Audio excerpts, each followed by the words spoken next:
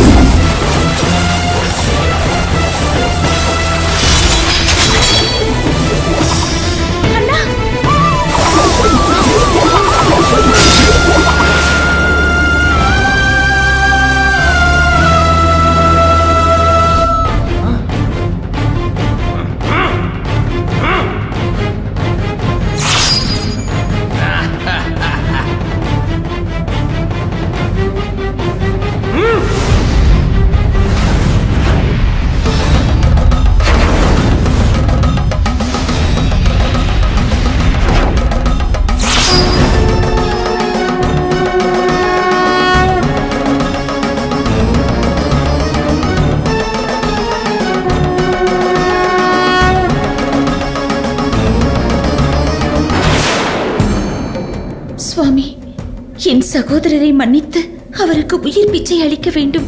அவர் அறியாமல் செய்துவிட்டார். அவன் அறியாமல் செய்திருந்தால் மன்னித்து விடுவேன். அவன் தான் என்ற அகந்தையில் இருக்கின்றான். ஒருபோதும் அவனை மன்னிக்க இயலாது.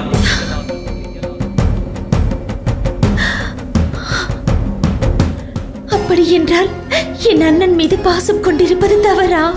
அதை தவறென்று யார் சொன்னது? பாசம் கொண்ட அண்ணன் தன் தங்கையை மீட்க ஓடி வர மாட்டாரா? தாராளமாக வரலாம், போரிடலாம். ஆனால் அவன் ஆணவத்துடன் பேசியதை நீயே பார்த்துக் கொண்டிருந்தாயே. அதற்கு என்ன பதில் சொல்கிறார்? தான் வளர்த்த தங்கையை இன்னொருவன் கவர்ந்து சென்றால் யாருக்கு தான் கோபம் வராது? அவர் ஆவேசத்தில் பேசிவிட்டார். அவரை மன்னிக்க கூடாதா? அவன் என்ன ஏசி இருந்தால் கூட மன்னித்திருப்பேன். அவன் என் குலத்தை தூஷித்திருக்கிறான். அவன் உயிரை பறிக்காமல் விடமாட்டேன். அன்பே வடிவான தாங்கள் ஒரு உயிரை பறிக்கலாமா? வேண்டாம், ஆவேசத்தை விடுத்து கருணை காட்டுங்கள்.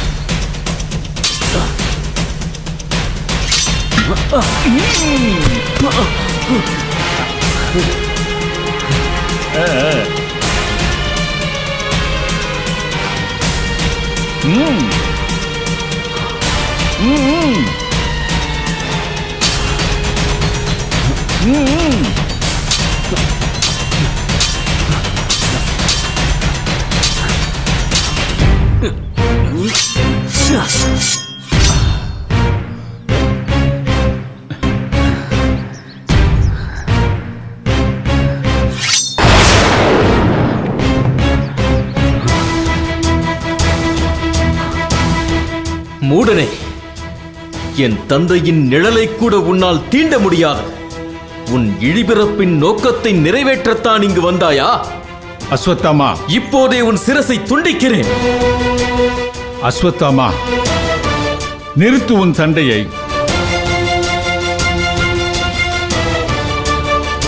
தந்தையே, இனிமேலும் என்னால் பொறுத்துக் கொள்ள முடியாது. இவன் கதையை இன்றே முடித்து விடுகிறேன். அஸ்வத்தாமா, இங்கே நடப்பது போர் பயிற்சி என்பதை நீ அறிய மாட்டாயா? யுத்தம் என்று வந்துவிட்டால் எதிரே நிற்பது இறைவனே ஆனாலும் போர் புரிவது சத்திரிய மரபு. அதைத்தான் செய்தான் திருஷ்டத்யும்னன்.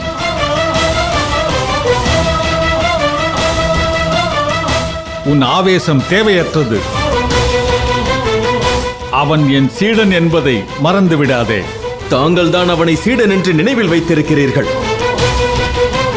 ஆனால் இந்த மூடனோ தான் போரிடுவது குருவிடம் என்பதை மறந்து தங்கள் கழுத்தில் வாளை பாய்ச்ச முயன்றான். அஸ்வத்தாமா, திருஷ்டத்யும்னன் சிறந்த வீரன்.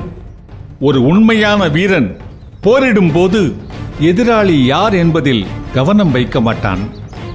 வெற்றியே சத்திரியனின் இலக்கு. அதில் அவன் கவனம் குவிந்திருந்தால்தான் சத்திரியனால் வெற்றி கொள்ள முடியும். பாச பந்தங்களுக்கோ குரு சிஷ்ய உறவுகளுக்கோ அவன் முக்கியம் கொடுத்தால் எதிராளியிடம் மண்டியிட வேண்டியிருக்கும். அந்த வகையில் திருஷ்டத்யும்னன் தன் இலக்கினை எதிர்நோக்கியிருக்கும் சத்திரியன். தந்தையே, நீங்கள் என்ன சொன்னாலும் என் மனம் அமைதி அடையாது. கொல்ல வந்த கூற்றென்று அறிந்தே இவனோடு குரு சிஷ்ய உறவாடுகிறீர்கள். குருவே, நடந்த தவறுக்கு நான் மன்னிப்பு கோருகிறேன். கபட நாடகமாடும் கயவனே, உன் மன்னிப்பு யாருக்கு வேண்டும்? உன் நடிப்பை என் தந்தையிடம் மட்டும் வைத்துக்கொள். அஸ்வத்தாமா, பாசம் உன் ஞானத்திற்கு திரையிடுகிறது. திரையை விலக்கினால் நீ தெளிவு பெறுவாய். குருவாக இருக்கும் எனக்கு திருஷ்டத்யும்னனுக்கு அஸ்திர சஸ்திர வித்தைகளை ஐயுற கற்றுத்தரும் கடமை எனக்குள்ளது. நான் இவ்வித்தைகளை கற்றுத்தருவதால் ஏற்படும் பலனை பற்றி ஒருபோதும் யோசித்ததில்லை, இனிமேலும் யோசிக்கப் போவதில்லை.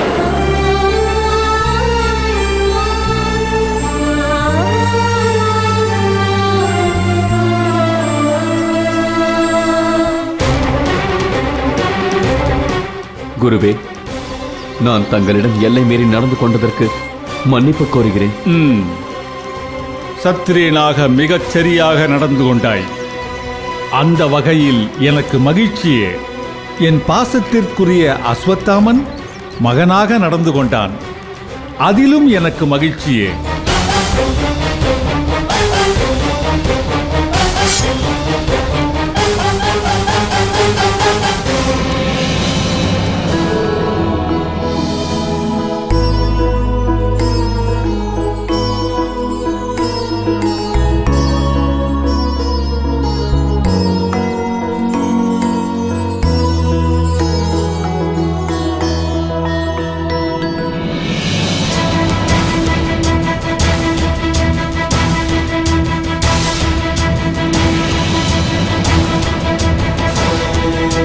கிருஷ்ணா, சினத்தை தவிர. ருக்மிணி உன் காதல் மனைவி. அப்படியென்றால் ருக்மிணியின் சகோதரர் நம் மைத்துனர் அல்லவா? அதனால் நீ மனமிறங்கி அவரை மன்னிக்க வேண்டும்.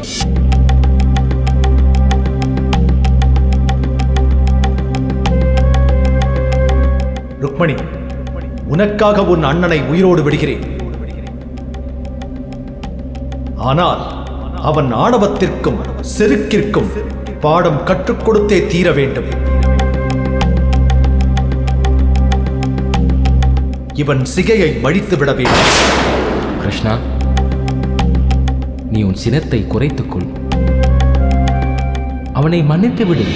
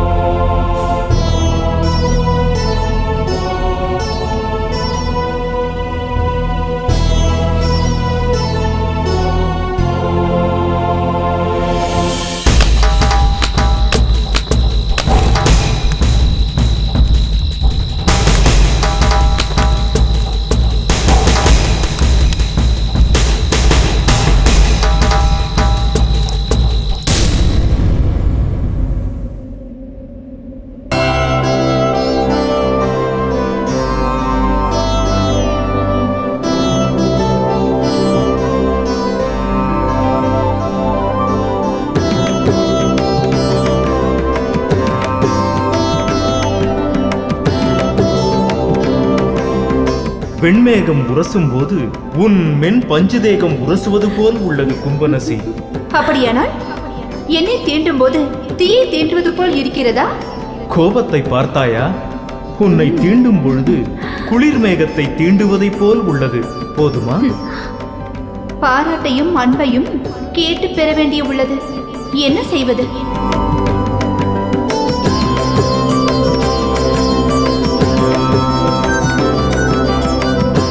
சுவாமி, அதோ பாருங்கள், அழகிய நீர்நிலை. ஆமாம் சுவாமி, எனக்கு இக்கணமே அந்த நீரருவியில் குளித்து குதூகலிக்க வேண்டும் போல் இருக்கிறது.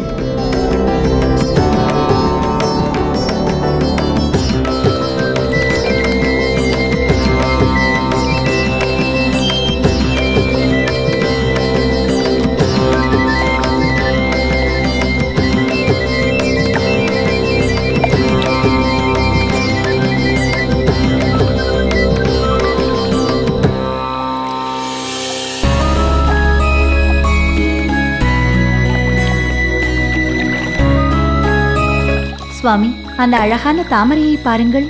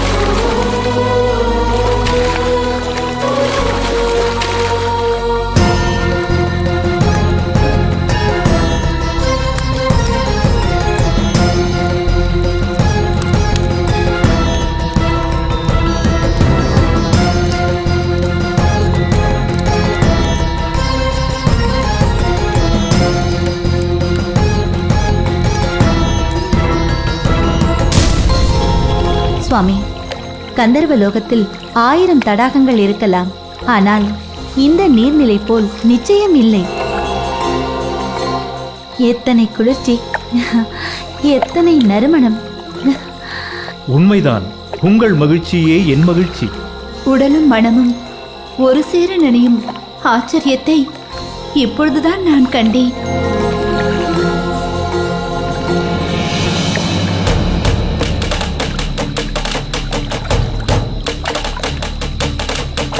சுவாமி, யாரோ மானிடர்கள் வருகிறார்கள்.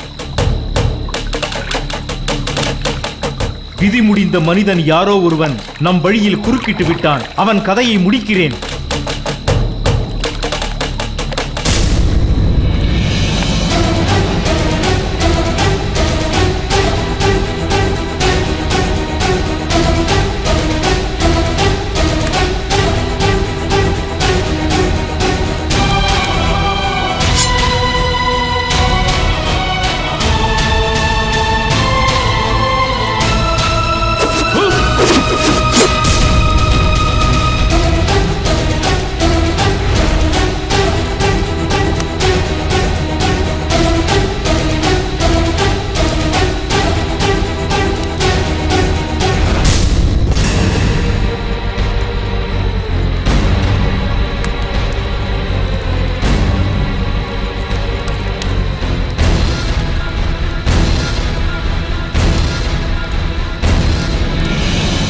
யார் நீ?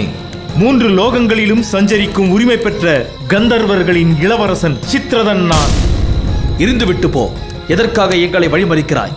இந்த அங்கார பர்ணவனம் முழுதும் எனக்கு சொந்தம். இரவு தொடங்கும் முன் மேற்கில் செம்மை பரவும் முகூர்த்தமும் எங்களுக்கு சொந்தமானது. இந்த அந்தி மயங்கும் காலத்தில் 80 லவத்தை தவிர மற்ற முகூர்த்தம் முழுவதும் யக்ஷ, கந்தர்வர், ராட்சசர்களுக்காக நிச்சயிக்கப்பட்டது. பகல் மட்டுமே மானிடர்களுக்கானது. ஆகவேதான் இரவு நேரத்தில் நீரில் சஞ்சரிக்கும் மானிடர்களை வேதமறிந்தோர் நிந்திக்கிறார்கள். இந்த வேளையில் என்னுடைய இடத்திற்கு நீங்கள் வந்தது உங்களது தவறு. அறிவற்ற மூடனே, இந்த பூலோகத்தில் எங்கும் செல்ல மனிதனுக்கு உரிமை உள்ளது. இந்த புனித பூமிக்கு பகல் இரவென்ற பாரபட்சம் எதுவும் கிடையாது. அப்படி இருக்கும்போது எங்களை இங்கு வர வேண்டாம் என்று உத்தரவிட உனக்கேது உரிமை? மானிடா, நீ என் சக்தியை அறியாமல் என்னோடு வாதாடுகிறாய். பெண்களை மோகிக்கும் தீய எண்ணத்தோடு இங்கு வந்திருக்கிறாய். உன்னை கொல்லாமல் விடமாட்டேன்.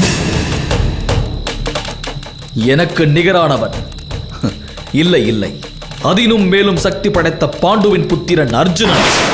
உன்னோடு போர் புரிய நான் தயார். அர்ஜுனா, வேண்டாம். நம் வம்சத்தில் கந்தர்வர்களோடு மோதி உயிரை பறிகொடுத்திருக்கிறார் உன் சிறிய தாத்தா சித்திராங்கதன்.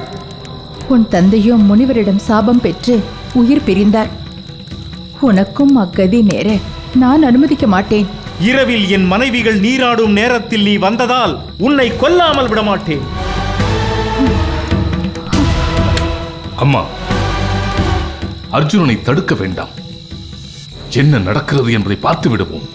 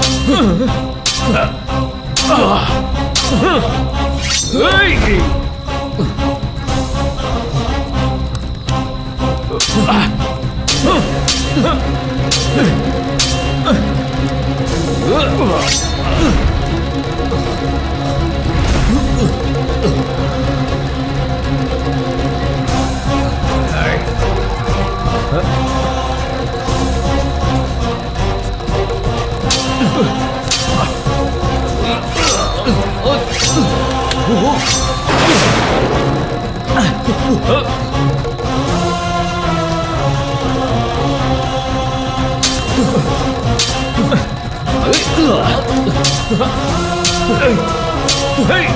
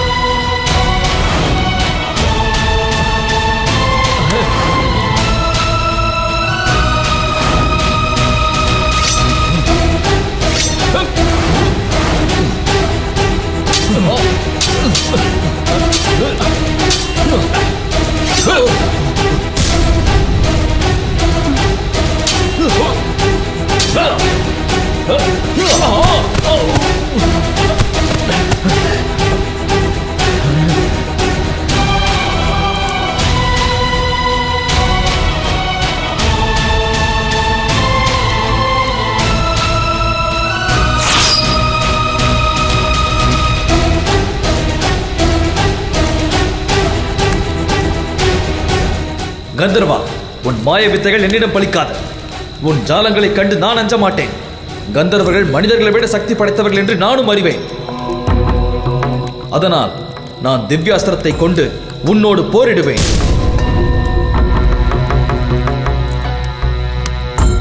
இது மாயை அல்ல, இந்த ஆக்னிய அஸ்திரம் இதற்கு முன்பு பிரஸ்கிருதி பரத்வாஜ முனிவருக்கு அளித்தது. அவரிடமிருந்து அக்னிவேசரும் அக்னிவேசரிடமிருந்து துரோணரும் இதனை பெற்றனர். என் குரு துரோணாச்சாரியார் இதனை எனக்கு அளித்துள்ளார். இந்த ஆக்னேய அஸ்திரம் உன்னை சாம்பலாக்கிவிடும்.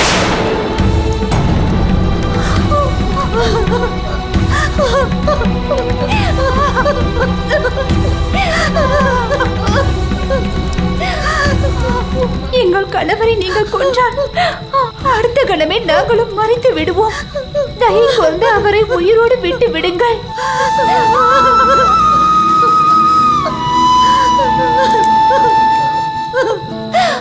தயை கொண்டு விட்டு விடுங்கள். மன்னித்து விட்டு விடுங்கள். அர்ஜுனா, கந்தர்வன் தோற்று அவன் புகழை இழந்து விட்டான். அவனை காப்பாற்ற அவன் மனைவிகள் உன்னிடம் மன்றாடுகிறார்கள். சித்திரதனும் தான் செய்வதறியாது நிற்கிறான். அவனை உயிரோடு விட்டுவிடு.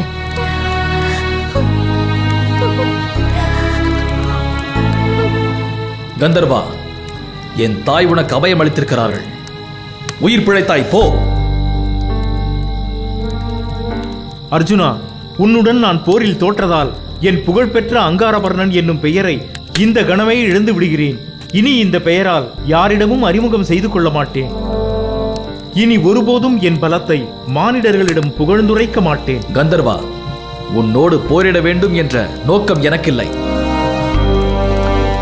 உன் புகழை அழிப்பதும் என் இலக்கல்ல. ஒரு உண்மையான வீரனிடம் தோற்றதற்கு நான் பெருமை கொள்கிறேன். இந்த மகத்தான தோல்வியால் திவ்ய அஸ்திரங்களின் அதிபதியாகிய அர்ஜுனனாகிய உன்னை நான் நண்பனாக்கிக் கொள்கிறேன்.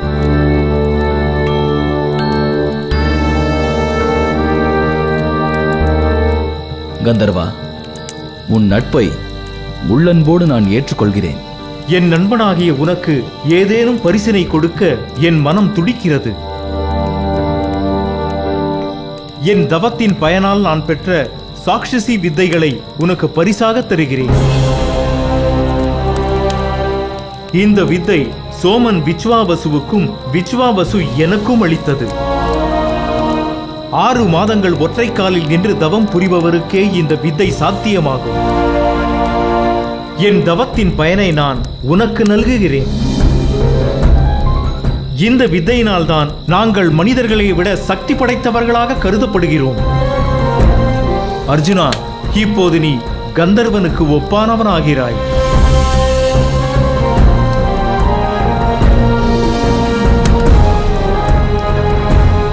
இந்த வித்தையை கற்றுக்கொண்ட நீ இதன் பலனை அறிய வேண்டும். இந்த மந்திரத்தை கூறி மூவுலகில் எந்த பொருளை நீ காண விரும்பினாலும் அதை நீ உடனே காண முடியும். நம் அன்பு என்றும் நீடித்திருக்கும். காரண காரியத்தின் பொருட்டே இந்த போர் நிகழ்ந்துள்ளது. பிரம்மச்சரியம் தர்மத்திற்கெல்லாம் தலையாய தர்மம். அது அர்ஜுனனிடம் திடமாகவே உள்ளது. காமத்தால் பீடிக்கப்பட்ட சத்திரியன் இரவு நேரத்தில் என்னோடு போரிட்டால் அவனால் உயிர் தப்பவே முடியாது. அப்படி இருக்க அர்ஜுனன் உயிர் தப்பியதோடு சமரிலும் என்னையே தோற்கடித்திருக்கிறான். இதன் மூலம் அர்ஜுனனின் பிரம்மச்சரியத்தின் வலிமையை புரிந்து கொள்ளலாம். அர்ஜுனன் மட்டுமல்ல, நீங்கள் அனைவருமே சிறந்த வீரர்கள் என்பதை உங்கள் முகத்தில் வீசும் ஒளியே மெய்ப்பிக்கிறது. இன்று நடந்த போரை உங்கள் பிரம்மச்சரியத்திற்கு வைக்கப்பட்ட சோதனையாக கொள்ளலாம். விரைவில் நீங்கள் அனைவரும் உத்தம ஜாதி பெண்ணை மணப்பீர்கள். நாங்கள் புறப்படுகிறோம், வாருங்கள். நண்பா, நீ எனக்கு சாசுசி மந்திரத்தை போதித்தாய். நண்பனாக நான் உனக்கு பரிசளிக்க வேண்டாமா? ஆகவே நான் என் குருவிடம் கற்ற ஆக்னேய அஸ்திரத்தை உனக்கு கற்றுத்தரப்போகிறேன்.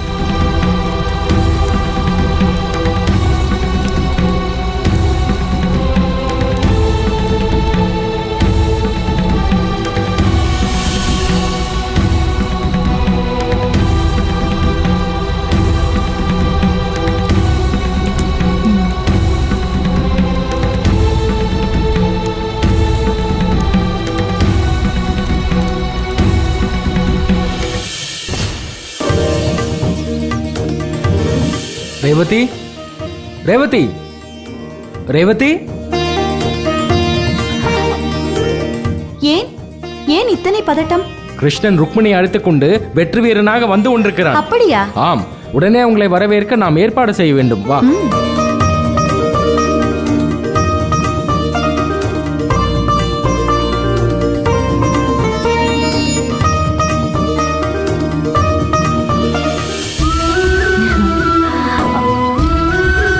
வா ருக்மணி.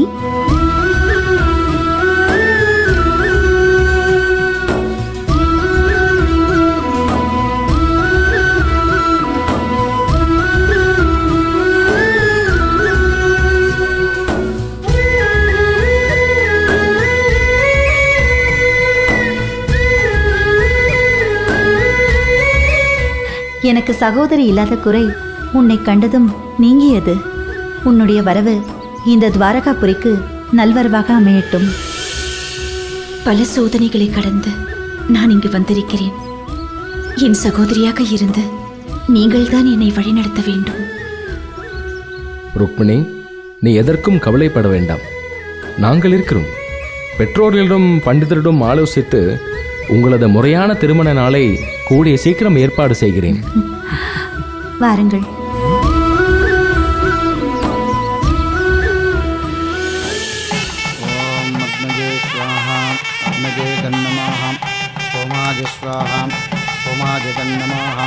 वाजवे स्वाहा वाजवे तन्नमः सूर्याय स्वाहा ओम आसत्ते नरस्या वर्तमानो निवेशयन्नमृतं मृत्युञ्जां हिरण्यजेन सवितारदेना देवो जाति भुवनाल्पस्सन् अग्निं दूतं वृणीमहे होतारं विश्ववेदसम् अस्य यज्ञस्य सुकृतं तेषामीशे पशुपते पशूनां चतुष्पदामुतजद्विपदाम् निष्क्रीतोजं यज्ञं भोकमेतराजस्तो सहजमानस्सन्तु ॐ आध्यादनाय विद्महे कन्यकुमारीमहे तन्नो गौरी प्रचोदयात् ॐ गौरीमिमाज सलिलानिदक्षद्ये कपते विपते च चतुष्पदे अष्टापदे नवपते भगोदिशे सहस्राक्षरा परमे व्योमन् आध्यादनाय विद्महे कन्यकुमारीमहे तन्नो गौरी प्रचोदयात् स्वाहा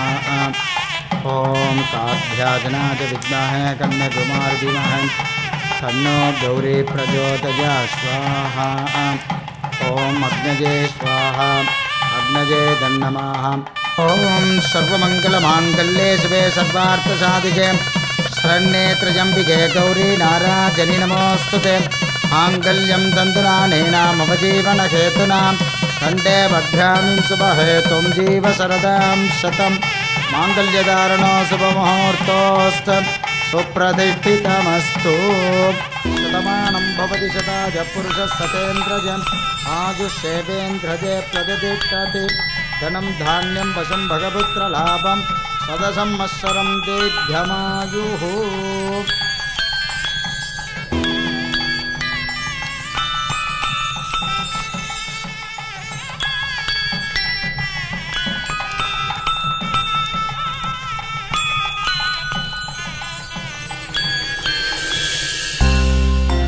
ருக்மணி, இதோ என் அண்ணன் பலராமன், அண்ணி ரேவதி.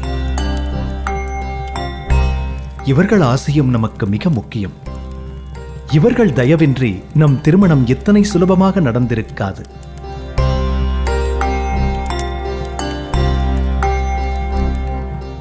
என் தங்கை சுபத்ரா,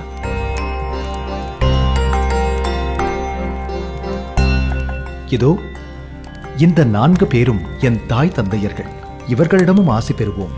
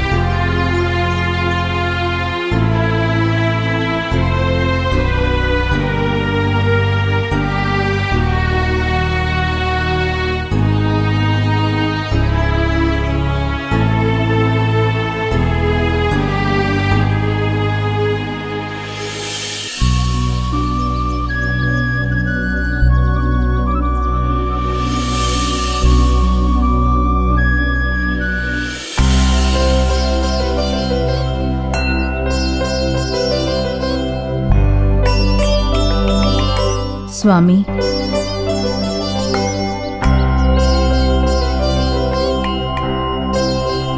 சுவாமி, நாங்கள் உங்களை இங்கு எதிர்பார்க்கவே இல்லை. வியாசர் பெருமான் இந்த பாஞ்சால தேசத்தில்தான் கடந்த சில நாட்களாக நிலை பெற்றிருக்கிறார்.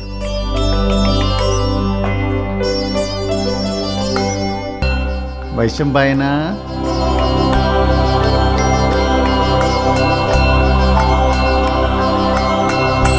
தங்களை தரிசித்ததில் மிக்க மகிழ்ச்சி. தங்களை தரிசிக்கும் போதெல்லாம் மனம் உற்சாகம் அடைகிறது. எங்களை பற்றியிருக்கும் கவலை அற்றுப்போகிறது.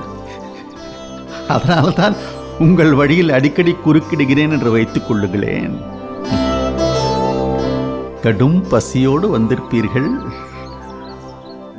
முதலில் உள்ளே சென்று களைப்பாருங்கள். வைஷம்பாயனா,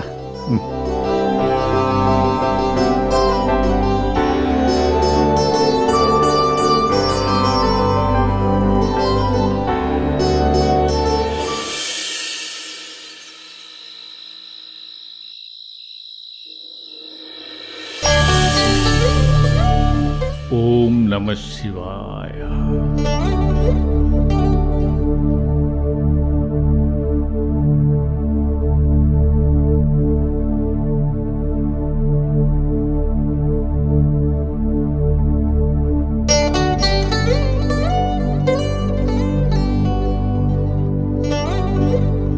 சுவாமி, என்றும் இல்லாத சந்தோஷம் உங்கள் முகத்தில் தெரிகிறது. ஒன்றுமில்லை. உங்களை நான் அறிய மாட்டேனா? நாளையோடு திருஷ்டத்யும்னனின் குருகுல பயிற்சி முடிவடைகிறது. அசுர வேகத்தில் கற்று தேர்ந்திருக்கிறான் அந்த மாவீரன். தந்தையே, உங்கள் சிஷ்யனிடம் எதை குருதட்சணையாக கேட்கப் போகிறீர்கள்? சீடன் எதை கொடுத்தாலும் அதை மனம் உவந்து ஏற்றுக்கொள்வதுதானே குருவிற்கழகு. மேலும் நான் அவனிடம் எதையும் எதிர்பார்க்கவில்லை. சுவாமி, நான் தங்களிடம் எனக்கென்று எதையும் இதுவரை கேட்டதில்லை. எனக்காக நீங்கள் திருஷ்டத்யுமனிடம் குருதட்சணையாக ஒன்றை கேட்பீர்களா? என்ன கேட்க வேண்டும் என்பதை முதலில் சொல். பிறகு கேட்கலாமா வேண்டாமா என்பதை நான் முடிவு செய்கிறேன்.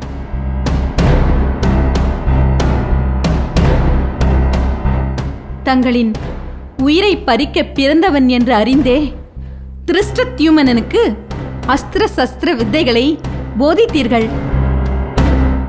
ஆகவே நீங்கள் அவனுடைய